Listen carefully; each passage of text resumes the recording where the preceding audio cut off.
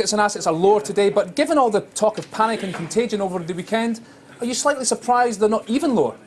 No, there's definitely been a nervous reaction in markets, but really the fallout has been relatively contained. I think markets view Cyprus as a relatively unique case, owing to obviously the relatively small size of the economy and the enormous banking sector, and also clearly the lack of non-deposit creditors at Cypriot banks. European shares are down only 3/4 or 2/3 of 1%. Spain, Italy, only 2%.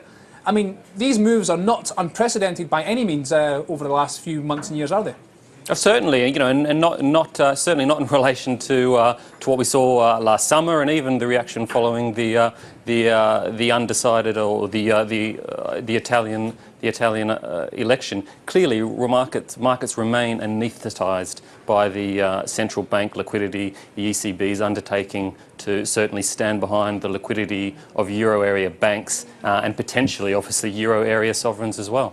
Now, of course, the banks, as I mentioned at the top, are underperforming, but anywhere between 2, 3, 4, 5% down, depending on which country you look at.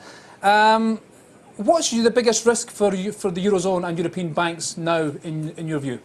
I think definitely in the near term, I think focus will definitely centre most likely on the Italian banks. I mean, they're really the only peripheral banking sector that is yet to go through any sort of official restructuring or recapitalisation. The Bank of Italy is obviously looking for banks to increase provisioning. Impaired loans are continuing to accumulate at a rapid pace, and bank provisioning clearly hasn't kept pace. So I think in the very near term, I think Italian banks are most likely to face the most immediate pressure. Further down the track, well, you know, it really it depends on how depositors and bank funding markets now react to future banking crises should they materialise in, say, Italy or Spain. But future banking crises, one element of that you would assume would be a run on banks, deposit flight. There's a lot of talk about that being a risk, but can you quantify that risk? I mean, is this something that's likely to happen?